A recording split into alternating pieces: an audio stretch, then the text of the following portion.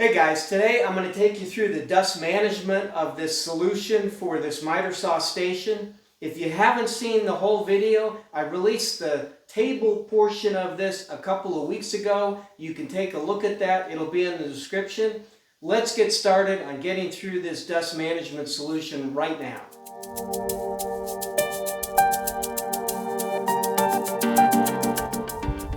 So for a dust collection solution, I'm moving from this 2.5-inch hose with a very simple solution, and I did a video on that. I'll put the link in the description if you're interested. It was about 80% effective. It was, I think, a pretty good solution. But since I've got a dust collection system, I'm incorporating a 4-inch pipe. I'm going to get a lot more airflow through this. I'll still use the 2.5-inch, but I'll plumb it into the 4-inch pipe, as well as put a compartment around this like you've seen in a lot of videos, but I think this one's going to be a little different. I'm going to build that into the back, and then I'll build an enclosure to go around it, and you'll see what that looks like here in a little bit.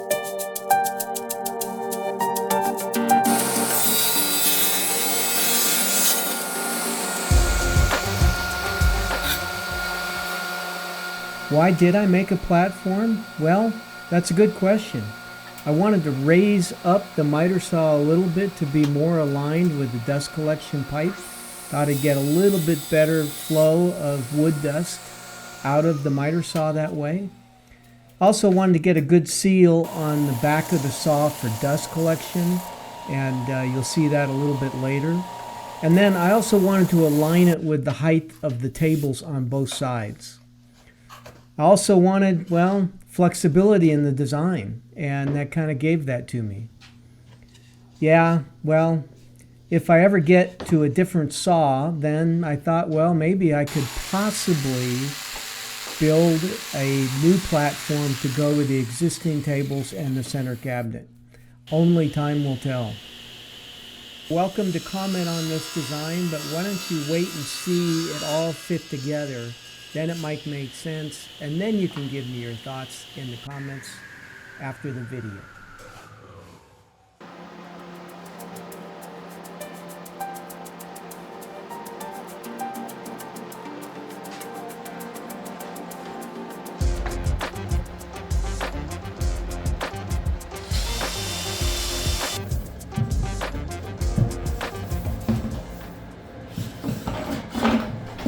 First, I want to highlight a mistake I made. See how that platform top was kind of grinded down a little bit? A little miscalculation on my part. I was off by about 1/8 of an inch.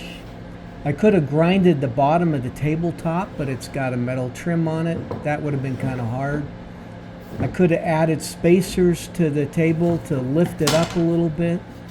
That would have thrown off the height between the in-feed and out-feed tables. I could have sanded part of the pipe down, maybe on the bottom and the top. That might have worked, but I thought this was an easier solution. I used a wood shaping disc on my grinder to do that, and these shapers are so cool. If you don't have one, you really should try it. I've used it on several projects and would continue to use it in the future. It's fun to experiment with. Can take a lot of wood out quickly though, so you got to be careful. But it gives you a chance to kind of free form and be a little artistic in cutting wood. I'll put a link in the description below. I don't get anything out of it. I just want to show you what they look like. Now, as for mistakes, I like to show them. I'm not perfect. Nobody is. I happen to believe that one of the best ways to learn is to try new things. They don't always work out perfectly, and this is an example of being just a little bit off in my calculation.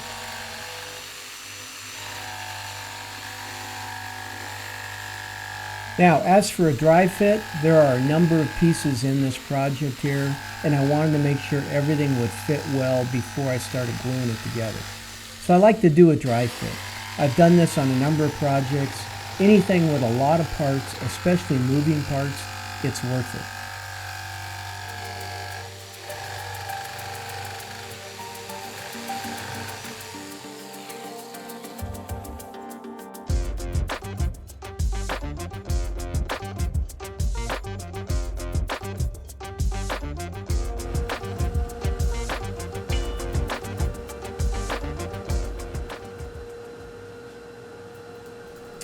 So you might be wondering how I arrived at the size of the opening in the pipe. Well, if I turn the saw to the 45 in both directions, I kind of wanted to capture as much of that dust as I could, but I didn't want the opening to be so big that it might influence the airflow through the dust collector. So I tried to keep that opening space around a 4-inch pipe. It's probably a little bit bigger, but I wanted to keep it in that range. Then I put a piece on the back kind of angled because I wanted the dust to kind of go into the pipe. Not quite. I wanted to put a custom fit around the table saw rear to be able to seal that. And I think if I was to do this all over again, that angled back would flow directly into the pipe. And I'd probably add an angled front on the, or behind the saw, I guess you would say, into the pipe. I think that would help a little bit. You know, I do get some collection of dust in those two spots, but you know, it's not that big of a deal. I decided to seal the entire thing as much as I could with a silicone caulking. Again, I'm trying to have the only airflow kind of really suck from the front through the saw into the pipe. And I really tried to also build this so I could take the entire assembly out in like 5 minutes. I want these things to be modular. Now, if you're bored at this point, you want to skip forward, you can go to like 7 minutes and 20 seconds and skip the rest of the assembly piece. But if you're listening to this, you've probably seen most of it, so you could just keep watching. It's up to you.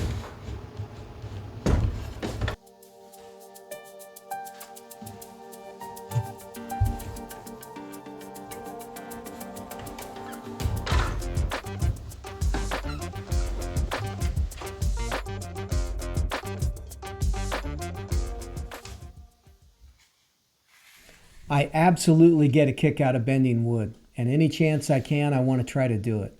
But I made a fatal mistake here with this glue up. What did I do wrong? I've done this before. I built this chair during COVID, made molds and everything. It was a lot of fun. There's a video on this as well if you like to bend wood or like to see bending wood. I'll put a link in the description. Just remember, it's my very first chair and very first try on bending wood. It will not be my last. Did not work. Well, it did not glue up well. What did I do wrong? Let me tell you.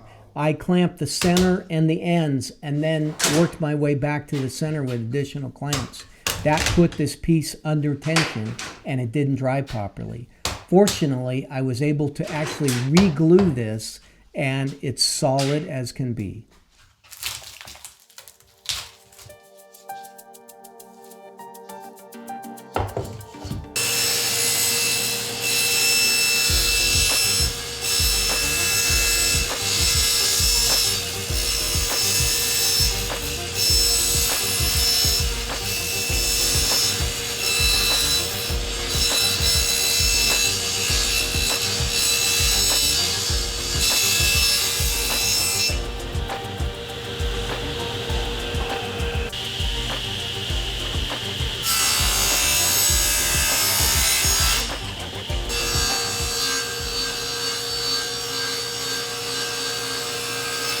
Now I moved on to cutting sides for the hood. I cut slots in the back so I could glue the back to the slide and then seal it with caulking. I angled from the front to the back on these sides. Why? Well, hey, it was because it was a challenge. I cut the angle for those sides and then I cut the other angle from the curve of the front to the sides to make sure they all matched up.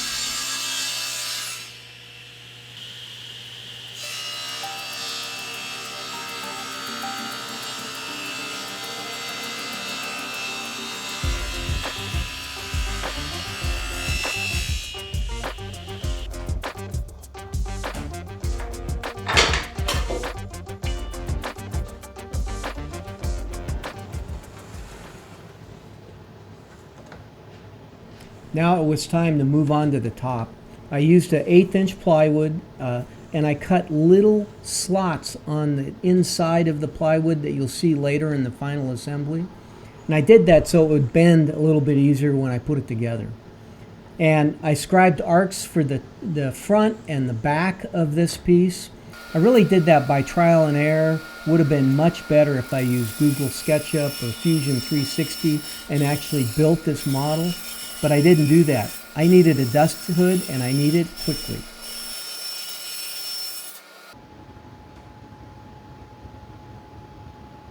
Once the hood was cut, I dry fitted the hood with the back and marked the angle for the back so I could cut that off as well.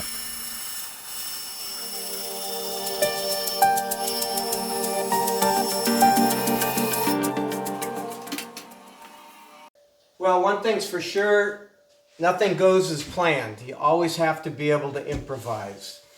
I like the way this came together. It slides right on the miter saw, so that's perfect. But the back did not go on well. I tried it several different ways, and it's a tight fit. And then I tried to trim it after I was gluing, and I trimmed too much. So I was thinking of making a new top, but if you know me, I like to use everything I have. So I found a way to make this fit. And I want to add some bulk on the back. I've got an 1/8" piece here, and I'm going to add another piece of scrap wood, of course, on the back to thicken this up so that I can glue and nail this to the back, and I think that will help take care of the situation. So let's go ahead and get some glue on this and get it glued together.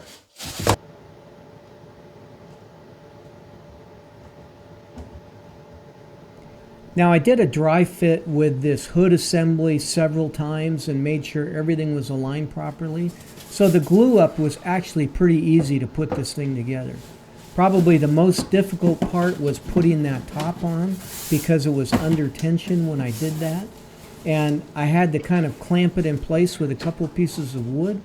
But once I did that, it was firmly in place. I could put some nails in and I was all set.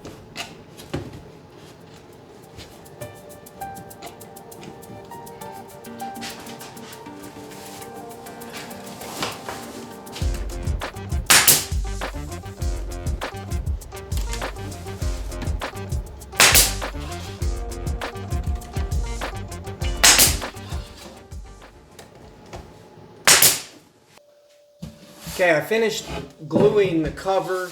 I actually put a little trim around this to cover up some of the gaps in it. Now I want to seal the inside. I think, you know, it's important to cover up every single crack where you could have air leakage, and I just want to take care of that. So I have a standard acrylic sealer here.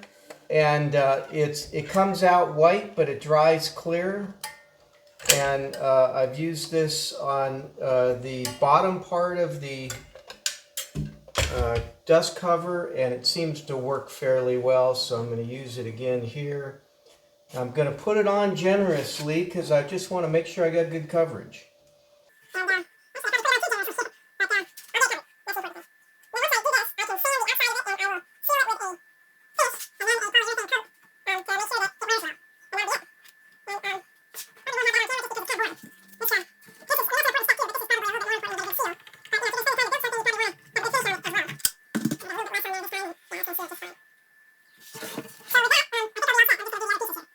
I want to make sure I give you a complete view of the inside of the ceiling. Again, I think it's important to get a good finish on it. Well, I cut a pattern out that I'm now going to cut out on a 1/2" piece of plywood. So this will be basically my face to go on the half shell, I guess I could call it that, for my miter saw table. I did leave some openings. I want some airflow through it as I'm cutting stuff. Everybody does that, but otherwise I think it'll be pretty good. Got some magnets coming that I'm going to put on the inside, and this should tack right in.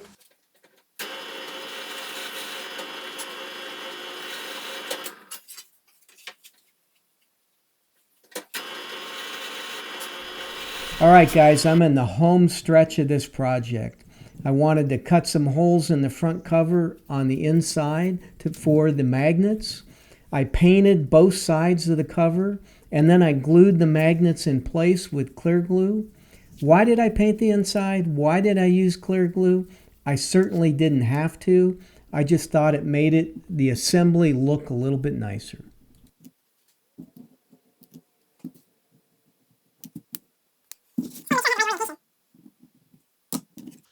Okay, so I've finished my pieces that go in here to kind of help seal up the dust containment.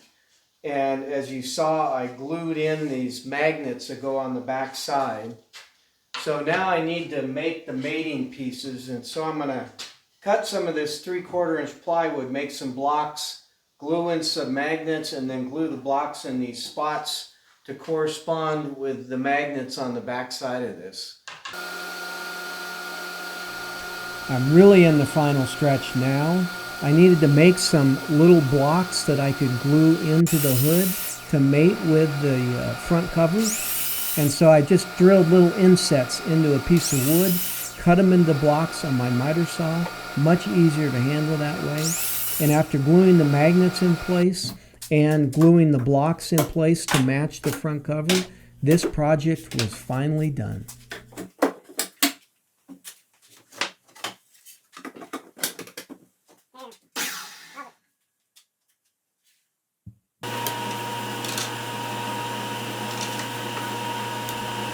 Well, there's just one thing left to do, and that's try this out.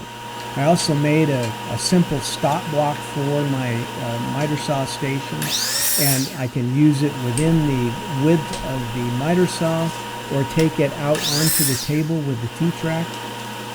Very happy with this overall design. I've used it several times since the video has released.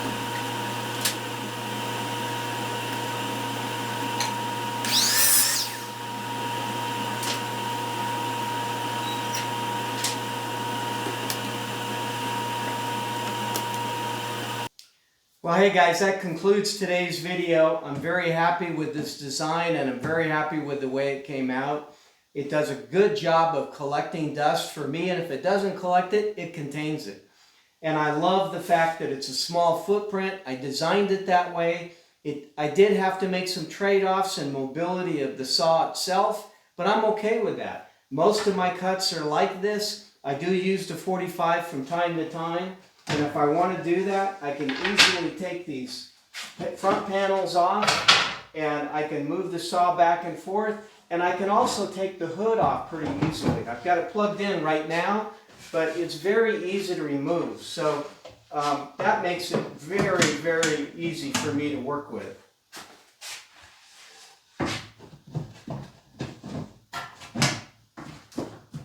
So hey, that's it for today's video. I hope you enjoyed it. If you did, please hit like. I certainly appreciate it. If you got any comments on it or feedback, I'd love to hear your feedback. And if you haven't subscribed to my channel, I'd appreciate it if you would. I'm still trying to build my channel, and I'm really enjoying this process. And my next build, I've got to do something with this stuff. Holy cow. I've got a ton of tools here, and I got to find a place for them.